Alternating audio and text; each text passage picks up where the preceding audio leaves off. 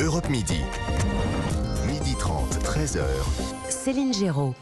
À l'Europe Midi, on est ensemble jusqu'à 13h. Vous avez sans doute vu ces images de Kiev plongées dans le noir. Plus d'1 million de foyers privés d'électricité à la suite des frappes russes le week-end dernier. Après les centrales nucléaires, les centrales électriques, nouveau levier, nouveau moyen de pression pour plonger l'Ukraine dans le chaos et saper la résistance. Bonjour Nicolas Tenzer. Bonjour. Vous êtes enseignant à Sciences Po, spécialiste de la Russie et directeur de la publication de Desk Russie. Merci beaucoup d'être avec nous en direct aujourd'hui dans Europe Midi. J'aimerais beaucoup vous entendre sur ce sujet. Justement, comment est-ce que vous analysez-vous cette stratégie du blackout menée par Poutine ?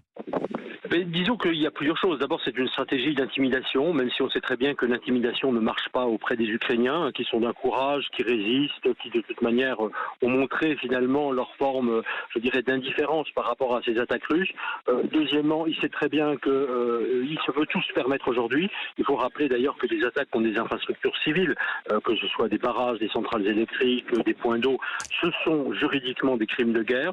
Donc il montre au monde que finalement il n'en a rien à faire et que vraiment il peut aller jusqu'où il a envie d'aller. Il sait aussi que évidemment cela rendra la vie des Ukrainiens beaucoup plus dure, c'est-à-dire qu'il veut faire payer à la population civile, comme il l'a toujours fait, finalement la résistance acharnée et courageuse des Ukrainiens. Et il sait bien sûr que ça ne marchera pas, mais il se dit mais c'est pas grave, je vais faire payer le prix parce que ça va être très difficile en hiver. C'est vrai que sans électricité, sans eau courante, la vie va être évidemment plus difficile. Oui, parce que l'impact militaire est assez faible. Ça touche, vous l'avez dit, les populations civiles. Vous parliez de l'impact sur le mental, parce que c'est vraiment l'idée, c'est de briser la résistance ukrainienne. C'est ça, le mental, le moral de ces résistants. Oui, bien sûr, c'est ça. C'est-à-dire que déjà, il faut le rappeler, 90% des frappes russes depuis le début de ce nouveau conflit, donc depuis le 24 février 2022, ont visé essentiellement les civils et les infrastructures civiles. 10% seulement de frappes militaires, ce qui est évidemment tout à fait le contraire de ce que font les Ukrainiens, qui ne tapent que des objectifs militaires russes. Bien sûr, mais effectivement, le but c'est de briser le moral, mais c'est peine perdue. C'est peine perdue parce que vraiment, quand on connaît les Ukrainiens, moi ça m'a frappé encore quand j'y étais pendant la guerre. Je veux dire, de toute manière, ils savent très bien qu'ils vont résister jusqu'au bout, que c'est une question pour eux de vie ou de mort. Ils ont montré d'ailleurs une capacité assez étonnante. Si vous regardez même sur les réseaux sociaux, les dessins que font les Ukrainiens, ce qu'on appelle les mèmes, etc. C'est-à-dire que toujours cette forme d'humour qui montre que dans les pires moments, ils sont toujours capables d'aller de l'avant et de dessiner le futur.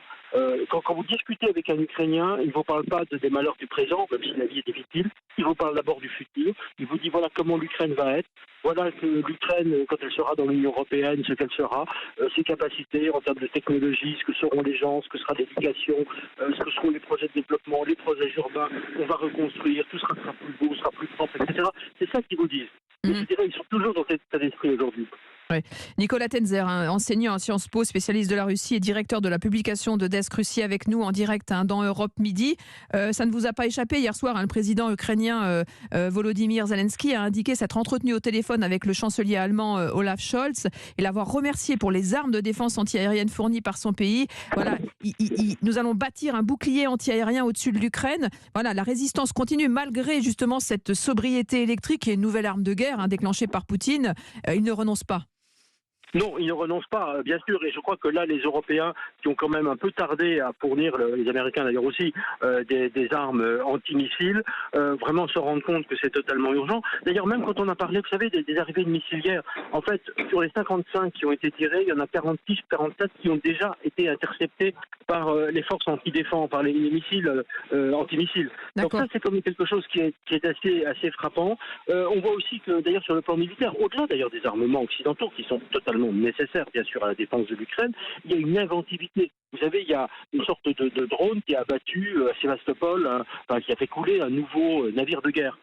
En fait, c'est une fabrication ukrainienne. C'est-à-dire que les Ukrainiens, sur le plan technologique aussi, ont montré leur capacité à innover, au-delà, bien sûr, des armements que fournissent les Occidentaux. Ça aussi, c'est absolument extraordinaire. Donc, je crois que, voilà, on est sur le plan militaire, encore une fois, le blackout, ça n'empêche pas de résister, ça n'empêche pas de combattre, ça n'empêche pas de riposter, absolument pas. Au contraire, ça renforce peut-être encore plus la résolution des Ukrainiens à le faire.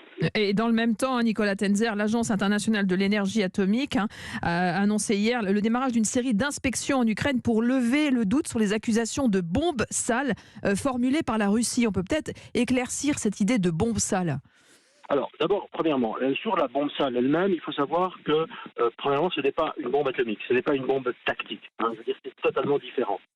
En fait, une bombe sale, c'est une série de composantes que l'on met dans une bombe avec des composantes qui peuvent être chimiques, bactériologiques, ce qui est quasiment impossible parce que personne ne le maîtrise aujourd'hui, ou radioactives, donc des composantes nucléaires. Et ce n'est pas une bombe nucléaire. Bien sûr, je dirais ces accusations, on sait très bien, de la part de la Russie contre l'Ukraine, on sait très bien qu'elles sont totalement fantaisistes. Que c'est plutôt la Russie qui pourrait essayer de préparer ce genre de bombes sales, qui peuvent avoir des impacts évidemment sur une population civile, mais pas absolument considérable, donc il ne faut pas non plus s'affoler. Je crois qu'il faut quand même aussi le préciser, parce que certains imaginent une sorte de mini-bombe nucléaire. Non, ce n'est absolument pas le cas. Ça n'a aucun intérêt sur le plan militaire, et bien sûr, les Ukrainiens ne sont pas du tout susceptibles d'utiliser cela contre leur propre population. Mais en même temps, comme ils sont très attachés à la vérité des faits, ils disent, voilà, venez voir. Donc ils disent aux inspecteurs spécialisés sur les composantes radioactives d'un certain nombre d'éléments, de bombes ou d'autres éléments, écoutez, venez voir.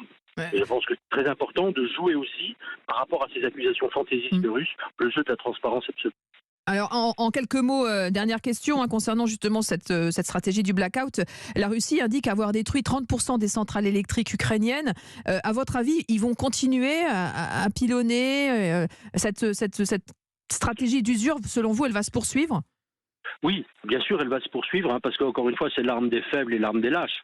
C'est-à-dire que les Russes savent très bien qu'ils ne peuvent plus remporter militairement le combat, par le combat terrestre, à la loyale, si j'ose dire.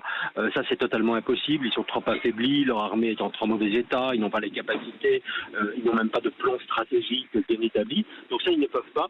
En revanche, effectivement, terroriser les populations, viser les infrastructures civiles, ça, ils peuvent continuer à le faire. Tant qu'ils ont des missiles, ils en ont quand même encore un peu. Donc ils peuvent continuer effectivement cette stratégie d'intimidation, sachant que là aussi, sur le plan militaire, ça ne leur permettrait pas de gagner la guerre, parce que de toute manière, la guerre pour les Russes est totalement perdue. Eh bien, merci beaucoup Nicolas Tenzer pour cet éclairage passionnant et toujours très intéressant. Merci beaucoup d'être avec nous aujourd'hui dans Europe Midi.